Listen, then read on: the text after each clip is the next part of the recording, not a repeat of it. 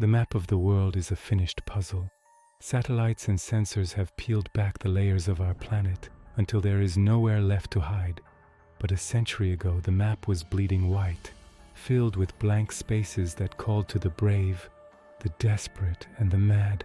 Percy Fawcett was a man of the old world, a legendary explorer, a soldier, and a visionary who believed that deep within the impenetrable Amazon rainforest lay the ruins of a civilization older and grander than anything history had recorded. He called it the City of Z. He spent his life chasing its shadow, only to have the jungle swallow him, his son, and their entire expedition in 1925. They left no trail, no bodies, and no final words, only a legend that lured hundreds of rescuers to their own deaths in what Fawcett called the Green Hell. Welcome to the Unknown Archive. For our grand finale, we hack through the vines of time to find the truth behind the lost city of Z. Percy Fawcett wasn't an amateur or a dreamer. He was a Royal Geographical Society medalist. He had spent decades surveying the borders of South America. He had survived things that would kill an ordinary man: massive anacondas, piranha-infested waters, and the constant threat of malaria. During his early travels, he found ancient pottery shards in places where no one was supposed to live.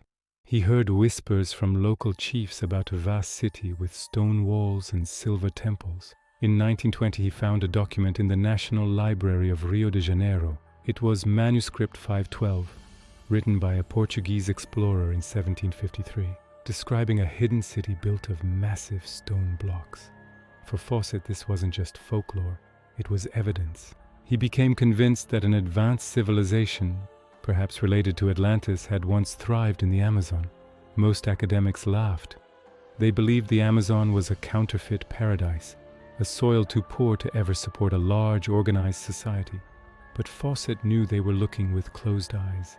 He saw the Terra Preta, the mysterious black earth that shouldn't exist in the jungle. In April 1925, at the age of 57, Fawcett set off for his final journey. This wasn't a military operation, it was a family mission.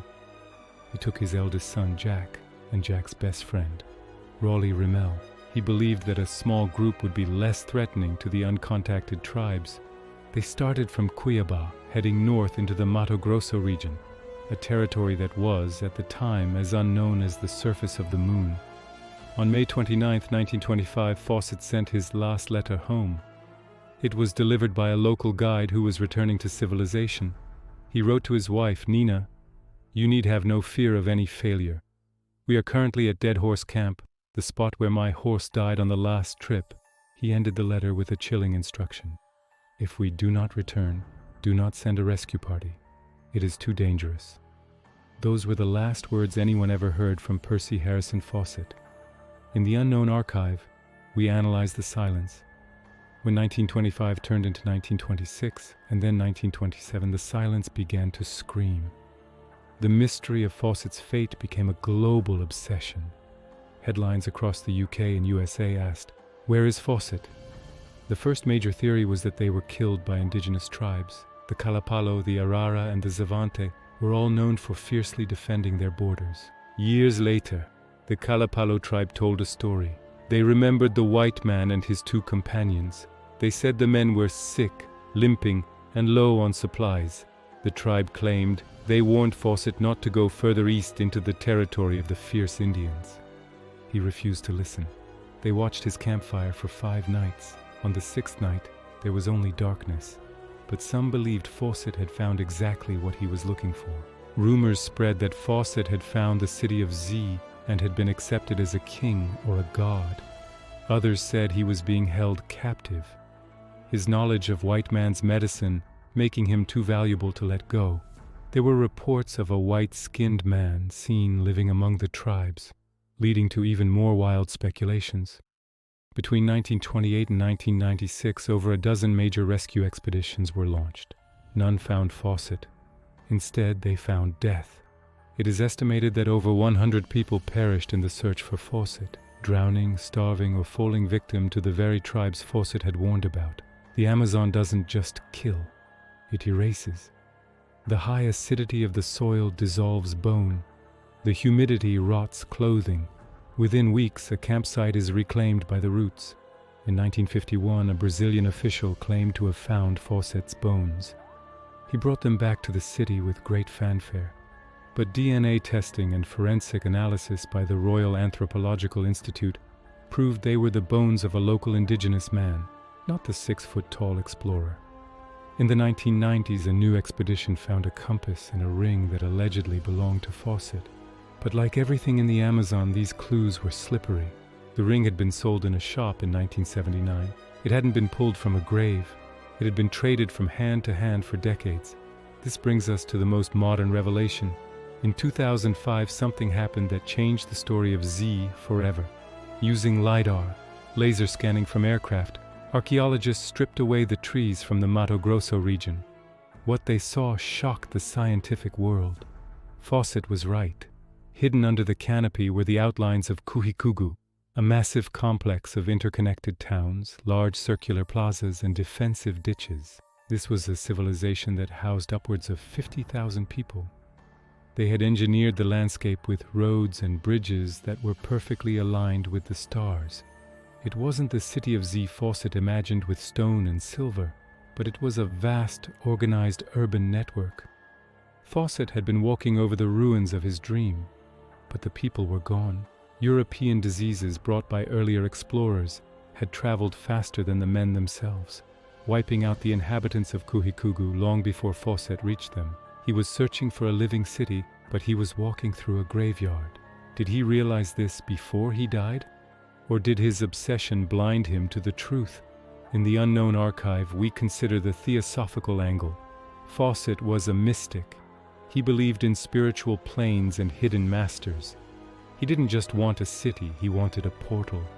He believed Z was a place of enlightenment where the secrets of the universe were stored.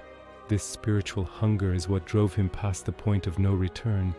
His son, Jack, was reportedly suffering from a severe infection in his foot. Raleigh Rimmel was also failing. Imagine the scene. 3 men deep in the green hell, surrounded by invisible watchers, their supplies gone, their bodies breaking. Fawcett, the stubborn leader, refusing to turn back. His son, loyal to the end. Raleigh, the friend who followed them into the dark. Did they decide to die together in a ritual of their own making? Or were they caught in a sudden, violent ambush? The Amazon is a silent witness. It has no interest in our closure. Fawcett's disappearance inspired Indiana Jones, and Conan Doyle is The Lost World. He became the archetype of the romantic adventurer. But the reality was much grimmer. It was a story of a father who led his own son to a certain death in pursuit of a ghost.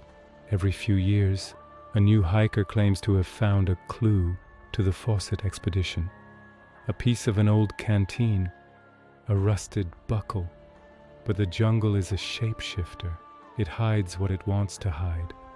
The city of Z remains a symbol of the great unknown, the idea that there is always something left to discover just over the next ridge. Even today, with Google Earth, there are sections of the Amazon that have never been stepped on by a modern human. What else is waiting there? More cities? More secrets? In the Unknown Archive, we categorize Fawcett not as a victim, but as a resident. He belongs to the jungle now. He is part of the soil, the vines, and the mist. His story is the bridge between the age of exploration and the age of science. He proved that the human imagination is a compass that often points toward the truth, even if the body can't survive the journey. Manuscript 512 still sits in the library in Rio, its ink fading, its secrets still tempting those who read it. The Mato Grosso still holds its breath at sunset. As we reach the final moments of our 36-video journey, we must ask ourselves, why are we so fascinated by those who disappear? Perhaps it's because they represent a freedom we can't have. The freedom to leave the map and never come back. To become a mystery instead of a memory. Percy Fawcett didn't fail. He became the very thing he was looking for. A legend. The archive is now filled with the lost, the found, and the unexplained. 36 stories of the impossible.